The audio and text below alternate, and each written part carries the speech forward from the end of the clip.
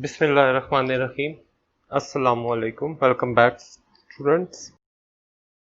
Today is our 30th lecture. In the previous lecture, we have learned about registers, how registers can work with parallel road, what are the shift registers, what is serial transfer, and what is serial addition. We see that using serial addition, however, the result gets a bit late, but it can be implemented with fewer hardware as compared to the parallel version. Today we will start from universal shift registers. If the flip-flop output of a shift register are accessible, then information entered serially by shifting can be taken out in parallel from the output of the flip-flops. If a parallel load capacity is added to a shift register, then data entered in parallel can be taken out in serial fashion by shifting the data stored in the register.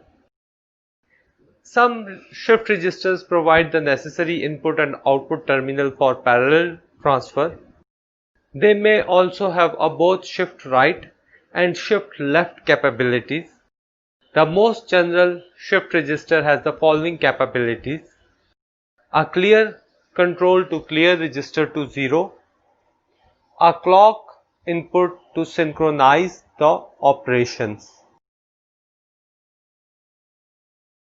a shift right control to enable the shift right operation and the serial input and output lines associated with the shift right, a shift left control is to enable the shift left operation and the serial input and output lines associated with the shift left, a parallel load controls to enable a parallel transfer and the N input lines associated with the parallel transfer and parallel output lines, a control state that leaves the information in the register unchanged in response to a clock. Other shift registers may have only some of the preceding functions with at least one shift operation. A register capable of shifting in one direction only is a unidirectional shift register, and one that can shift in both directions is a bidirectional shift register. If the register has both shift and parallel load capacities, it is referred to as universal shift register. The block diagram of the shift register is shown in the next slide. It is a 4-bit universal shift register that has all the capabilities listed in previous slides. The circuit consists of 4 D flip-flops and 4 multiplexers. The 4 multiplexers have two common selection input, S1 and S0. Input 0 in each multiplexer is selected when S1 and S0 is equal to 0, 0. Input 1 is selected when S1 and S0 is equal to 0, 1, and similarly for the other two inputs. The selection inputs control the mode of the operation of the register according to the function.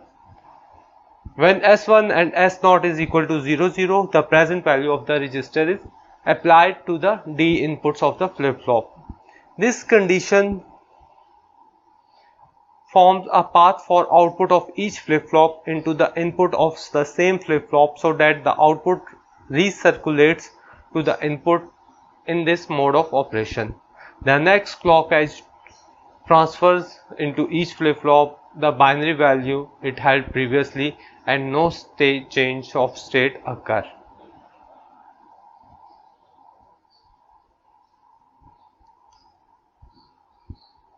Last time हम लोगों ने देखा था कि registers क्या होते हैं, हम कैसे रजिस्टर्स के साथ पैरेलल लोड में काम कर सकते हैं.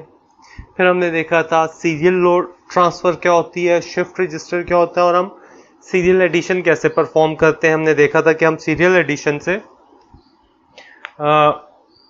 हार्डवेयर को मिनिमाइज कर सकते हैं. कम हार्डवेयर में पूरा एक हमने एडर इम्प्लीमेंट किया था, मगर सीरियल एडर को ज़्यादा क्लॉक साइकिल्स रिक्वायर्ड थे as compared to parallel one. ठीक है, मींस के इसमें आपका जो रिजल्ट है वो थोड़ा डिले से आएगा। आज हम बात करेंगे यूनिवर्सल शिफ्ट रजिस्टर्स के ऊपर। ठीक है, कुछ रजिस्टर्स हमारे पास इनपुट और आउटपुट टर्मिनल होते हैं पैरेलल ट्रांसफर के लिए। ठीक है, अब उनमें ये कैपेबिलिटी भी होती है, वो शिफ्ट लेफ्ट भी कर सकते हैं, शिफ्ट राइट भी कर सकते हैं। ठीक है, मींस कि हमें पैरेलल डेटा भी मिल रहा होता है और हमें सीरियल डेटा भी मिल रहा होता है। सीरियल ट्रांसफर हम लोगों के पास हो रहा होता है, या राइट ट्रांसफर होगा या लेफ्ट ट्रांसफर होगा। ठीक है, अब most general form of shift register has the following capabilities, यानी जो मोस्ट जनरल शिफ्ट रजिस्टर है उसके अंदर ये चीजें होंगी। एक कंट्रोल इनपुट होगी, ठीक है, क्लियर कंट्रोल होगी। क्लियर कंट्रोल जो है वो सारे रजिस्टर्स को इनिशियल स्टेट पे ले आएगा, यानी सारे रजिस्टर्स को 0 0 0 कर देगा। और क्लॉक इनपुट तो होगी कि हाँ, सारे ऑपरेशंस को सिंक्रोनाइज करने के लिए हमारे पास एक क्लॉक इनपुट होती है।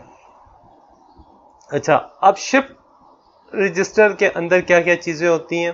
ठीक है, शिफ्ट राइट का कंट्रोल होता है जो कि आपको रजिस्टर को ये बताएगा कि इसने शिफ्ट राइट करना है। सीरियल इनपुट और आउटपुट की लाइंस जो शिफ्ट राइट से एसोसिएटेड होती हैं ये उसके साथ कनेक्टेड होता है। इसी तरह आपके पास शिफ्ट लेफ्ट आ जाता है। ठीक है, शिफ्ट लेफ्ट का मतलब शिफ्ट लेफ्ट कंट्रोल वो कंट्रोल होगा कि जो आपको ये बताएगा या जो रजिस्टर को ये बताएगा कि इसने शिफ्ट लेफ्ट करना है, और उसके साथ जो एसोसिएटेड शिफ्ट लेफ्ट की लाइन होती है उन सारों को ये एक्टिवेट करता है। इसी तरह पैरेलल लोड कंट्रोल जो है ये एनेबल करेगा कि आपके पास सीरियल ट्रांसफर नहीं है बल्कि ये पैरेलल ट्रांसफर है। ठीक है, हमारे पास n पैरेलल आउटपुट लाइंस होंगी, जितने हमारे पास रजिस्टर्स होंगे उतने ही हमारे पास पैरेलल आउटपुट लाइंस भी होंगी। A control state that leaves the information in the register unchanged, एक ऐसी स्टेट भी होगी जो कि रजिस्टर के अंदर आपके पास जो प्रीवियस वैल्यू है उनको अनचेंज रखेगा, उनको चेंज नहीं करेगा। Means no change in the previous state. एक कंट्रोल हमारे पास ऐसा भी होगा। अच्छा, एक रजिस्टर जो एक डायरेक्शन में शिफ्ट करता है, ठीक है, जिस तरह हमने प्रीवियस लेक्चर में देखा था, उसको हम यूनी डायरेक्शनल शिफ्ट रजिस्टर कहते हैं। और एक ऐसा रजिस्टर जो दोनों डायरेक्शंस में शिफ्ट कर सकता है उसको हम बाय डायरेक्शनल शिफ्ट रजिस्टर कहते हैं। ठीक है, और अगर एक रजिस्टर है जो बाय डायरेक्शनल शिफ्ट रजिस्टर है और उसमें पैरेलल लोड की कैपेबिलिटीज भी हैं, ऐसे रजिस्टर को हम यूनिवर्सल शिफ्ट रजिस्टर का नाम देते हैं। ठीक है, जिस तरह आपको ये नजर आ रहा है, ये पैरेलल इनपुट पैरेलल आउटपुट्स भी हैं। ये सीरियल इनपुट आ रही है आपके पास, ये सॉरी S1 S0 सिलेक्शन है, कंट्रोल सिलेक्शन है। ये सीरियल इनपुट है, मोस्ट सिग्निफिकेंट बिट इन, लीस्ट सिग्निफिकेंट बिट इन। ठीक है, और ये क्लॉक क्लियर के कंट्रोल है, मोस्ट सिग्निफिकेंट आपके पास इधर से आ रहा है, लीस्ट सिग्निफिकेंट ये पैरेलल इनपुट है, ये पैरेलल आउटपुट है। S1 और S0 आपके पास बताएंगे कि आपने अनचेंज रखना है, शिफ्ट लेफ्ट रखना है, शिफ्ट राइट रखना है, या आपने उस पर कंट्रोल आपने पैरेलल लोड पे लेके जाना है इसको। तो एक ये जनरल ब्लॉक डायग्राम है, इसके अंदर की सर्किटरी हम थोड़ी देर तक देखते हैं। ठीक है, ये उस शिफ्ट रजिस्टर के इंटरनल सर्किटरी है। अब आप यहाँ पे देख लो, हमारे पास 4 मल्टीप्लेक्सर्स हैं और 4 फ्लिप फ्लॉप्स हैं। इन चारों मल्टीप्लेक्सर्स की जो सिलेक्शन लाइंस है वो कॉमन है। ठीक है, ये कॉमन सिलेक्शन लाइंस है, ये मींस के सारी सिलेक्शन लाइंस आपके पास यहाँ पे कॉमन आ रही हैं। ठीक है, अब इस टेबल में आप देखो तो 0 0 के ऊपर नो चेंज है, 0 1 के ऊपर शिफ्ट राइट है, 1 0 के ऊपर शिफ्ट लेफ्ट है और 1 1 के ऊपर पैरेलल लोड है। अब पैरेलल लोड आपको ये नजर आ रहा है, parallel input A1 A2 A3 A0 A1 A2 A3 और I0 I1 I2 I3, ये पैरेलल इनपुट्स हैं और ये पैरेलल आउटपुट्स हैं। जब सिलेक्शन लाइन आपके पास 1 1 होगी तो आपके पास ये फोर्थ यानी जो थर्ड है, 0 से स्टार्ट करेंगे तो थर्ड है, ये वाली इनपुट लाइन आपको आउटपुट पे मिलेगी। और इसी के साथ साथ आपके पास ये आपको जो आउटपुट है वो भी आपको मिल रही होंगी, ठीक है। इसी तरह 0 0 के ऊपर नो चेंज है। 0 0 के ऊपर आप देख रहे हो कि आपके पास जो आउटपुट पे है वही वापस इनपुट पे आ रहा है, ठीक है। जो आउटपुट पे है वही वापस हमें इनपुट के ऊपर आ रहा है। 0 1 के ऊपर शिफ्ट राइट है, ठीक है, ये वाला serial input for shift right. यहां से हम सीरियल इनपुट देंगे, ठीक है, ये इनपुट यहां पे मिलेगी, ठीक हो गया। और यहां पे अब हमारे पास शिफ्ट राइट हो रहा होगा, ठीक है। अब ये यहां पे मिल रही है, इसी तरह 0 1 ये यहां पे मिल रही है, मगर इस केस में आपके पास जो Q आएगा वो यहाँ पे इसके D पे कनेक्ट होता जाएगा, ठीक है। इसी तरह यहाँ पे 1 0 पे शिफ्ट लेफ्ट वाला ऑपरेशन परफॉर्म होगा। यहाँ से आप सीरियल इनपुट दोगे तो वो लेफ्ट वाला ऑपरेशन परफॉर्म होगा। यहाँ पे अंदर जो शिफ्ट लेफ्ट और शिफ्ट राइट का कंट्रोल का बता रहे हैं, ठीक है, कैसे हम मक्स से कंट्रोल कर रहे हैं, डेटा दे रहे हैं। बाकी आगे ये रजिस्टर इसको शिफ्ट खुद इसके अंदर की सर्किटरी आपने प्रीवियस में देखी है कि आप कैसे इसको शिफ्ट करते हो, ठीक है। एक का कैसे क्यू जो है वो क्लॉक पे जा रहा होता है, या क्लॉक इसमें पैरेलल केस में क्लॉक सारों में कॉमन होगा। कैसे आपके पास एक का क्यू नेक्स्ट के डी में जा रहा होता है। ये चीज़ें हम लोगों ने प्रीवियस लेक्चर में पढ़ी हैं, इसमें शो नहीं हो रही हैं, मगर ये अंडरस्टूड है कि कैसे आपके पास फॉरवर्ड शिफ्ट लेफ्ट या शिफ्ट राइट हो रहा है। अगर शिफ्ट राइट होगा तो इसका क्यू यहाँ पे कनेक्ट होगा, और राइट होगा तो इसका क्यू यहाँ पे कनेक्ट होगा। ये हम प्रीवियस लेक्चर में देख चुके हुए हैं।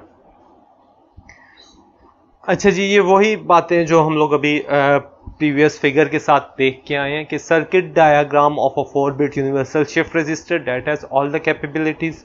The 4 multiplexers have 2 selection lines, ठीक है। The selection input control the mode of operation. Shift registers are often used to interface digital system situated remotely from each other. अच्छा, शिफ्ट रजिस्टर्स जो हैं वो मोस्टली ऊपर वाली जो 3 पॉइंट्स हैं वो हम प्रीवियसली इस में सारा कुछ डिस्कस कर लिया हमने।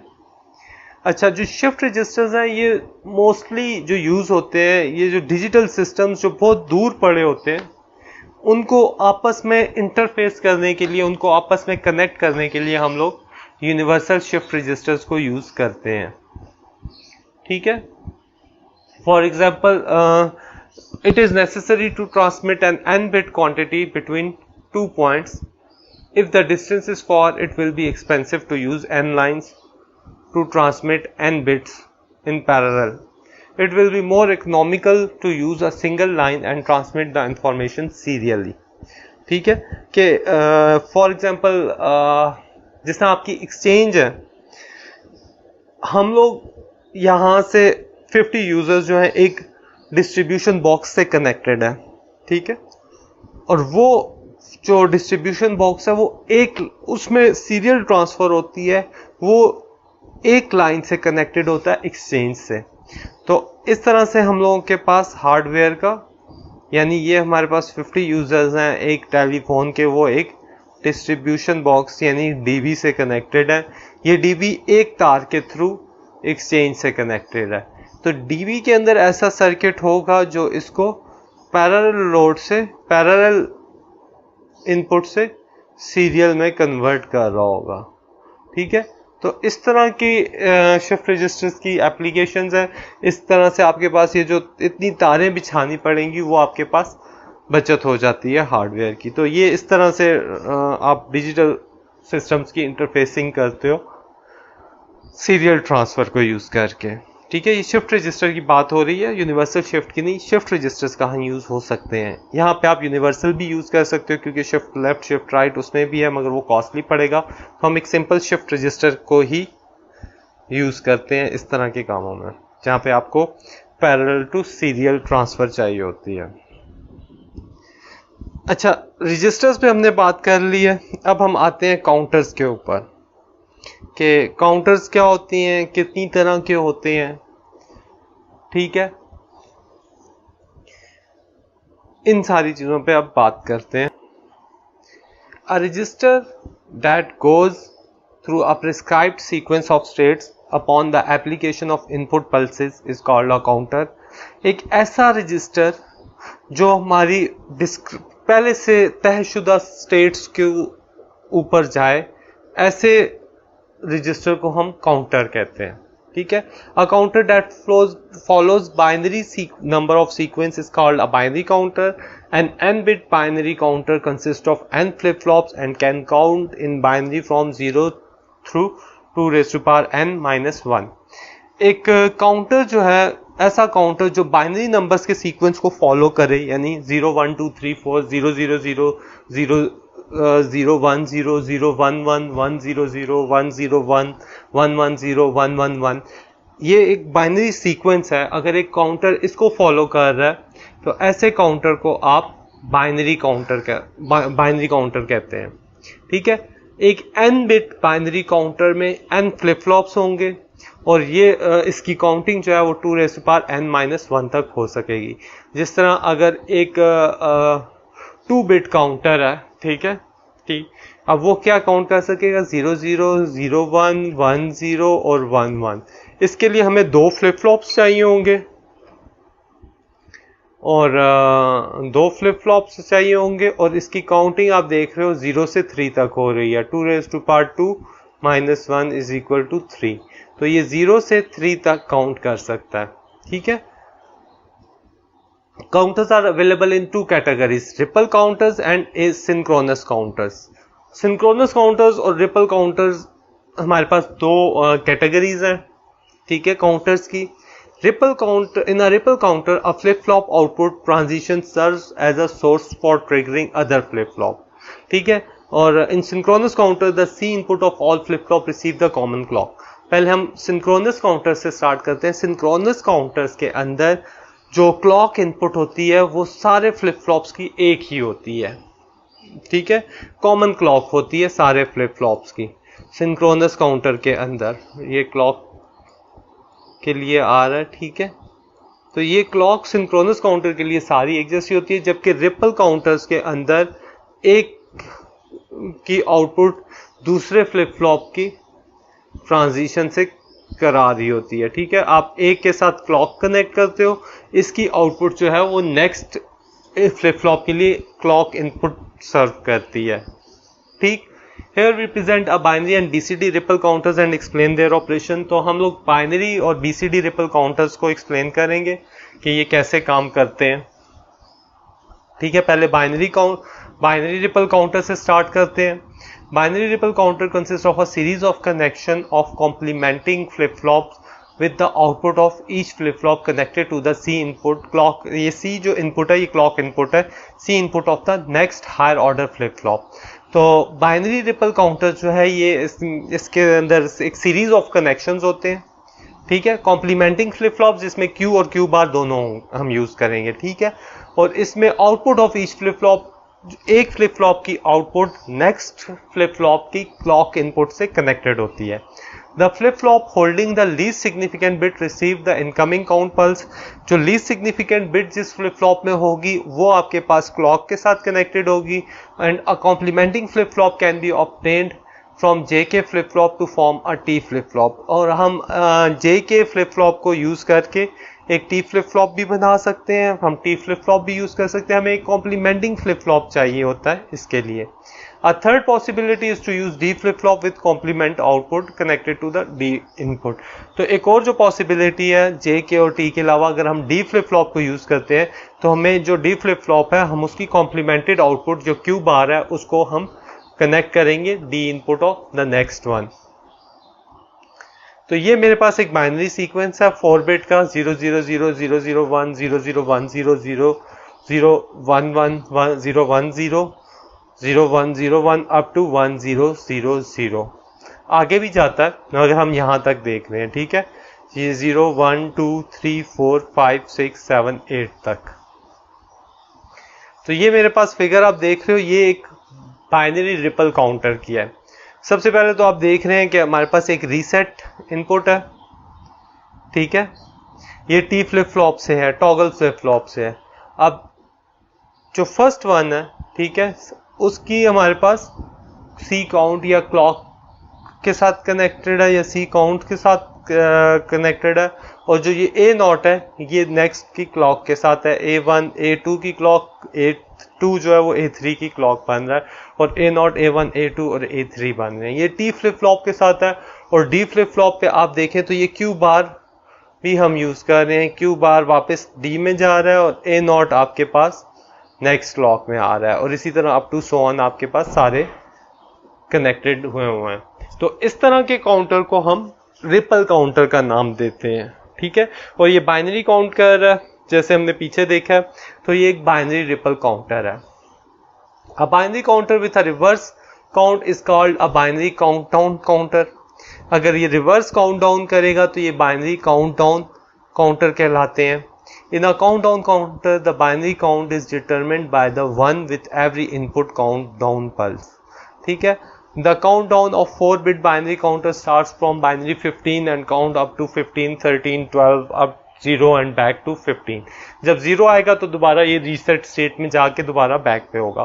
काउंटडाउन काउंटर में आपके पास डाउनवर्ड काउंटिंग होती है, ठीक है। A list of count of sequence of binary countdown counter shows that the least significant bit is complemented with every count pulse.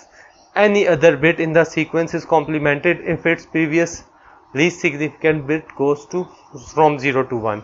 इसमें हम काउंट डाउन में देखें, ठीक है, तो अगर मैं इसको यहाँ से काउंट डाउन करूँ तो मेरे पास ये जो सिग्निफिकेंट बिट्स आ रही हैं ये 0 से 1 की तरफ जा रही है, 0 से 1 की तरफ जा रही है, ये 0 से 1 है, 1 है, और फिर 0 हो रही है, फिर 2 zeros हैं, 0 फिर 4 1 फिर zeros हैं। हम अगर डाउनवर्ड काउंट करें 1 0 तो ये लीस्ट सिग्निफिकेंट बिट है, ये 0 1 0 1 0 1 0 1 पे आ रही है, ठीक है।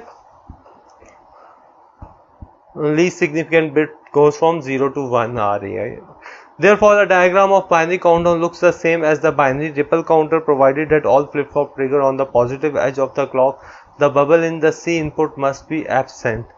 ठीक है, कि अगर इसमें अगर हम ये नेगेटिव एज ट्रिगर्ड है, ये वाला आप देख रहे हैं, अगर ये पॉजिटिव एज ट्रिगर्ड होगा तो ये काउंट डाउन करेगा, अगर ये नेगेटिव एज ट्रिगर्ड है तो ये काउंट अपवर्ड करेगा।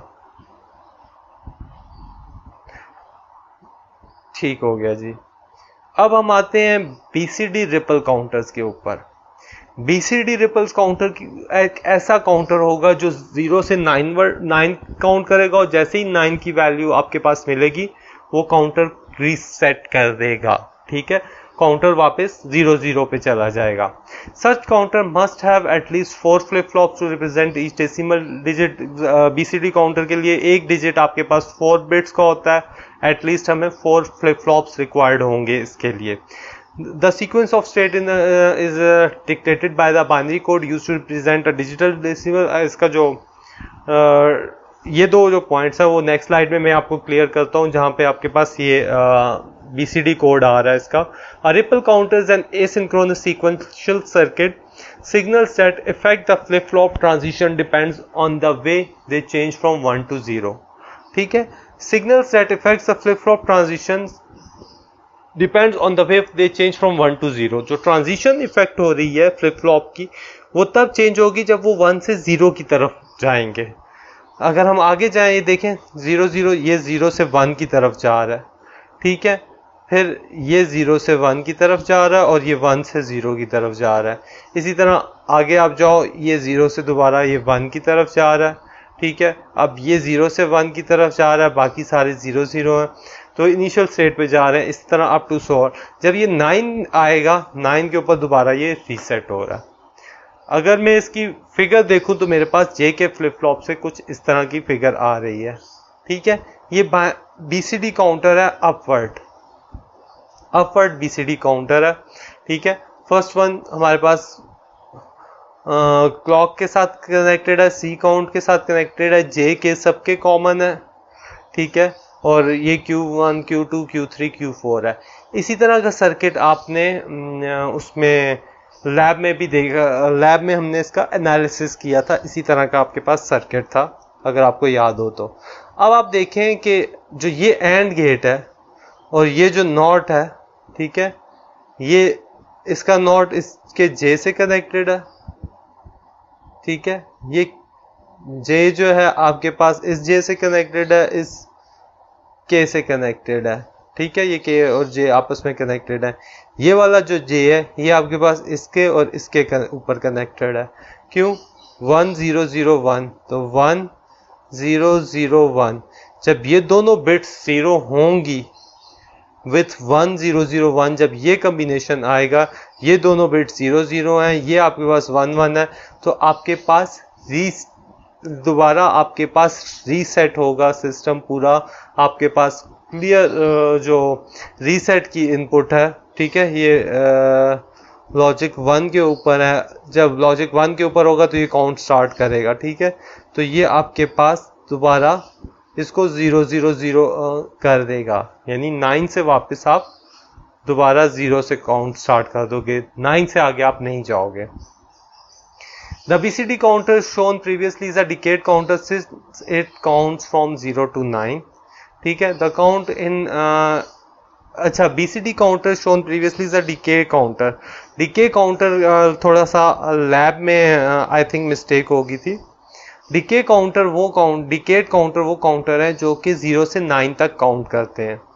To count in decimal from 0 to 99 we need a 2 decade counter। तो अगर 0 से हमने 99 तक काउंट करना है तो हमें 2 डिकेड काउंटर चाहिए होंगे।